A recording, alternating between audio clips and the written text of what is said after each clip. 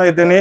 ಮತ್ತು ಈ ದಿನ ನಾವು ನಮ್ಮ ಗುರುಗಳಾಗಿರ್ತಕ್ಕಂಥ ನೀಲಕಂಠನವರು ಮೊನ್ನೆ ಅಕಸ್ಮಾತ್ ಆಗಿ ಅಕಾಲಿಕ ಮರಣ ಹೊಂದಿದ್ರು.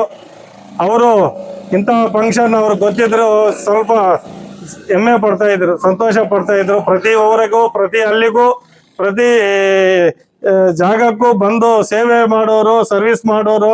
ಇಂಥ ಫಂಕ್ಷನ್ಗಳು ಬರದೇ ಇದ್ರು ನೋಡಿದ್ರು ಸ್ವಲ್ಪ ಹೆಮ್ಮೆ, ಸಂತೋಷ ಪಡೋರು ಅಂಥವರು ನಮಗೆ ತೀರ್ಕೊಂಡಿದ್ದಾರೆ.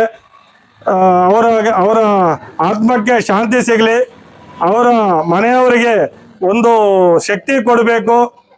ಅಲ್ಲಿ ಅದು ನಾವು ಎಲ್ಲರೂ ತಿಮ್ರಾವತ್ನಲ್ಲಿ ಗ್ರಾಮಸ್ಥರು, ತಿಮ್ರಾವತ್ನಲ್ಲಿ ಪಂಚಾಯತ್ ಅವರು ಎಲ್ಲರೂ ಅವರ ಜ್ಞಾಪಕಾರ್ಥವಾಗಿ ಸ್ವಲ್ಪ ಅವರಿಗೆ ಒಳ್ಳೆ ಭಗವಂತ ಒಳ್ಳೆ ದಾರಿ ತೋರಿಸ್ಬೇಕು, ದೇವಲೋಕದಲ್ಲಿ ಒಳ್ಳೆ ಶಾಂತಿ ಸುಖ ಸಿಗ್ಬೇಕಂತ ತಮ್ಮಲ್ಲಿ ನಾನು ಪ್ರಾರ್ಥನೆ ಮಾಡ್ತಾ ಇದ್ದೀನಿ. ಅವ್ರಿಗೋಸ್ಕರ 2 ನಿಮಿಷ ಎಲ್ಲರೂ ನಿಂತು ಮೌನ ಆಚರಿಸಿ ಭಗವಂತರನ್ನು ತಿಳಿಸ್ಕೋಬೇಕು.